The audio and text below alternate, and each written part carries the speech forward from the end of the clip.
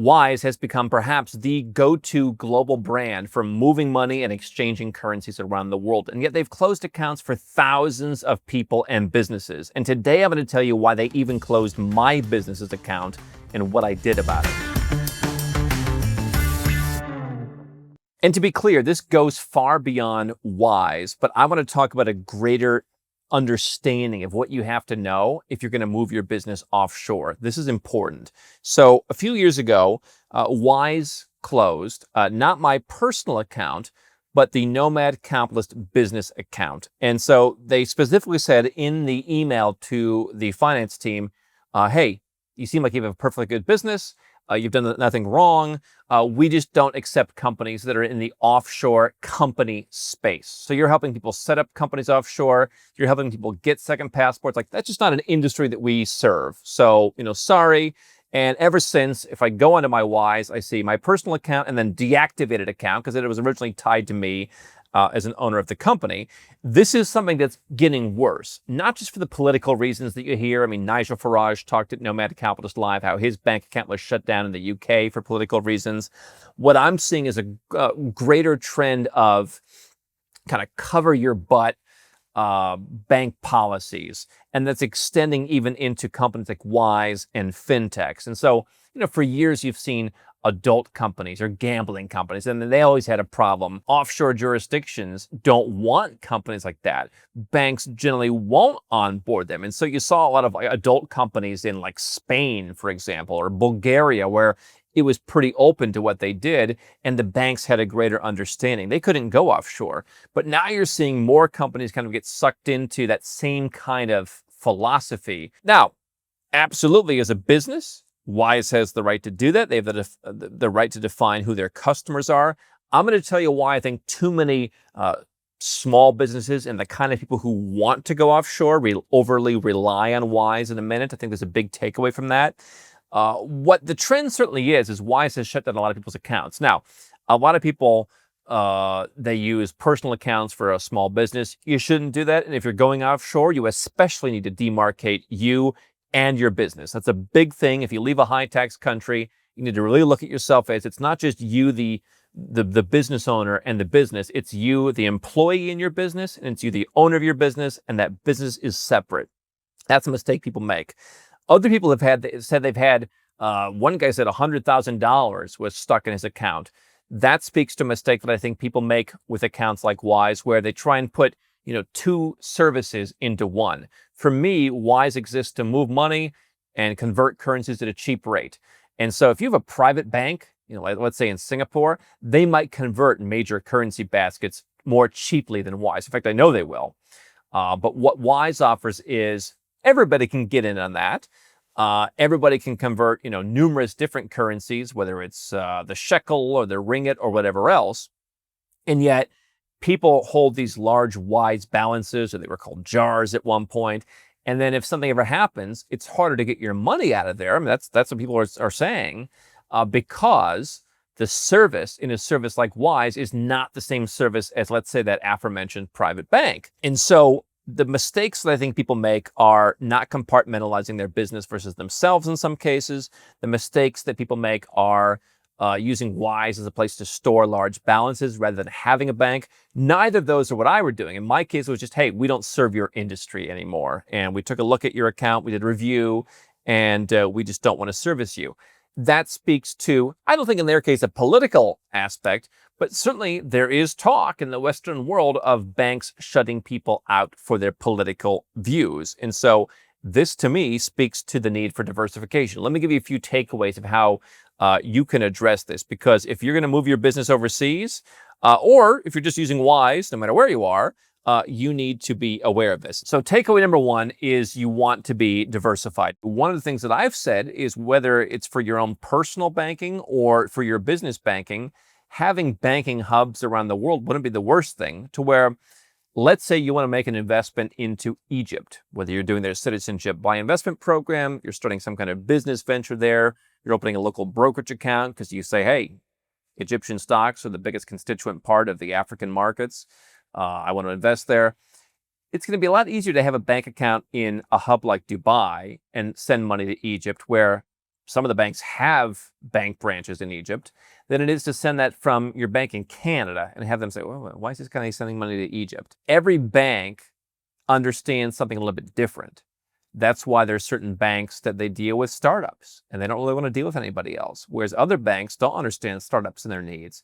And I think that applies, geographically. What you want to develop is banks and banking relationships that understand your particular needs. And what people are trying to do is make Wise, which is designed to send money and convert currencies, into kind of a one-stop financial provider. It is designed for the masses, and when you do something that's weird, they're not going to understand that. So you need to figure out whatever you're doing that's weird, and figure out who understands that weirdness. Now, obviously, as the goody two-shoes of the offshore business, I don't mean weird as in any nefarious activity. We're not talking about rapscallions or ne'er-do-wells. We're talking about things where it's just like, huh? Why would you want to invest in Egypt? You go to Dubai, they understand why you want to invest in Egypt, and take it as one of any number of examples. So stop trying to make one thing serve everything. And that applies to anything. In the same way that I tell you, just because you're born in the United States doesn't mean you should work there, have a business there, have your passport there. I mean, diversify. Have different places. Go where you're treated best. And that applies to your financial accounts as well. I'll talk more about how you're trying to do too many things with that Wise account in a moment. Takeaway number 2, if you're going to go offshore, the way we advise our clients to do, you need more planning. And this is kind of what Wise was alluding to. People don't understand offshore company setups as much. Mass market services like Wise or any other, they understand the masses. You have a US LLC? Come on in. You've got a UK limited company. They're designed primarily, and I'm not saying that people who have global lifestyles don't use Wise. It is, of course, to some extent designed for that. But the more layers of complexity you put on top of that, the more confusing you're going to be to that kind of service. And by the way, I went and visited a private bank in Singapore recently. And even if you give them $10 million, they still don't want you if you're not a trust fund kid. So I'm not saying that every high-level bank is going to serve you, but I'm saying the mass market is not designed to understand, for example, offshore company structures. Why would you move your business to Hong Kong? Why would you have a business in the British Virgin Islands? Wait a second. You've got a subsidiary of a Seychelles company? I don't understand. Why? That doesn't make sense. You know what? We don't understand. Just go away. Most people, when they don't understand, they just say no. That's true of most things, which is why if you're going to live a nomad capitalist lifestyle, you've got to understand you are the 1% that's unique. And so you want to find the people who understand that. It ain't Wise. Now, you may need different entities in your corporate structure. And this is why I've told you for years, I mean, if your top co in your business is in Belize, because some guy told you, oh, that's the easiest and most lightweight structure to save taxes, good luck getting any accounts for Belize. And I think increasingly, good luck getting anything where Belize is the top co. What a lot of people will sell you, because again, it's kind of a mass market sale. And I'm not saying we've never recommended this here, but what people will kind of default to is the US LLC. Oh, start a US LLC because now you're understood by the masses. Well, Wise will come in and do a review and say, oh, your US LLC is owned by some company in some weird place. We don't like it. And so you need to understand that not only may you need a more complicated structure, but you don't want to just jump into the structure that everyone else suggests, particularly because I just think that, the US LLC comes with a number of issues. But if you're going to be offshore, you're going to have a bit more splaining to do, not because you're doing anything wrong, but because they don't get it. Takeaway number 3 is people have this brand idea of fintechs and companies like Wise as being more flexible. And in some ways they are. We looked at, in Ireland, we had a company where the local banks, there's only like 3 left, and they were really, really rigid. They don't understand anything. They don't understand, you all you do is pay a few local employees and somebody has a residence permit. They don't get it. And so like a Revolut in that case, came in handy. But, we've seen in Asia, companies like Neat, relatively inflexible. And I think, companies like Wise are more inflexible. And so, number 1, their KYC is more simple-minded. We talked about that. If a private bank or even a priority bank has a question, they send you an email, they ask you, hey, can you explain this transaction? Wise may just go to closing your account. They don't ask as many questions. It's not as sophisticated of a process. I mean, even a retail bank might call you or try and get more information on a transaction. Fintechs are designed for the average person. And so, yes, there are fintechs in Asia that will open, let's say a Hong Kong fintech account for your British Virgin Islands company. So in years past, we would have clients that wanted the lightest weight jurisdiction, like a Belize or a British Virgin Islands for their company because they didn't want to have any hassles at all. And they didn't want to put much money in the bank. And there was kind of every lever made it difficult. And so, the only account they could get was some kind of fintech in Asia. And maybe they'd get onboarded because, okay, we'll take a chance on your Belize company. But then it's going to be a lot more questions on an ongoing basis. And so I think that, investing in a little bit higher quality service in your banking and financial relationships is probably a good thing if you're going offshore. Now, we did something not too long ago where we went to some of the Swiss and Liechtenstein banks. And you could put in everywhere from $3 to $10 million to get an account there. Now, banks in that part of the world carry a certain arrogance, and so they can be a bit more difficult to deal with. But if you put $3 to $10 million in, they'll take you under certain conditions, including perhaps your exotic company incorporated somewhere. A lot of people that we work with, even who have that much money to start, don't want to put $3 to $10 million in their business bank accounts because they're slowly getting more comfortable going offshore. I think you want to find some happy medium between Wise or a fintech and that $3 to $10 million Swiss bank. And so the big takeaway for me here is, particularly when you move your business offshore, which is not traditional, most companies are onshore. Most companies make sense and check boxes for an average banker. But also, when you have a business that might be a little bit different, mine's a little bit different, people may not understand it. Maybe somebody doesn't even agree with it. But really for anybody, you want to have backups. I would tell anyone, if your only bank account's in the United States or Canada or Australia or where you live, you should have a bank account somewhere else. Because Nigel Farage taught us that.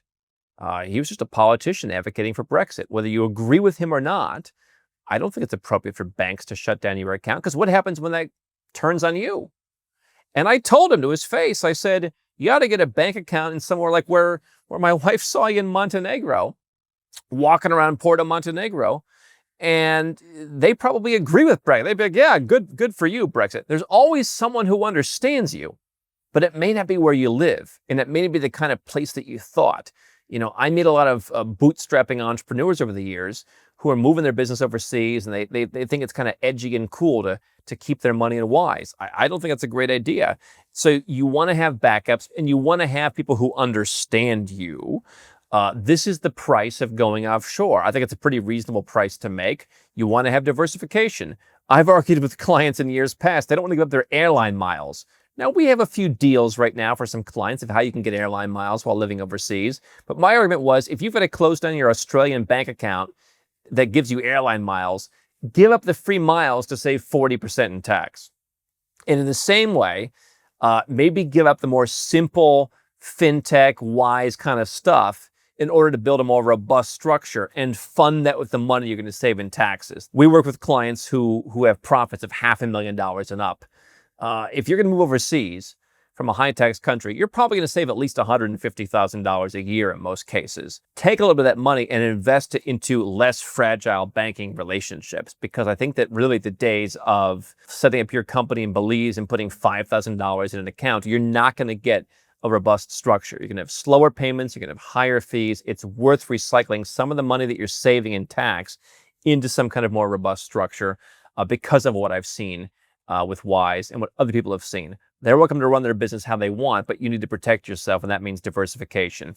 We help people open up multiple bank accounts, multiple corporate structures all around the world, doing it legally. We help people do that in their own name, in companies, and in trusts. Go to nomadcapitalist.com/apply and learn how a whole holistic and bespoke approach can benefit you.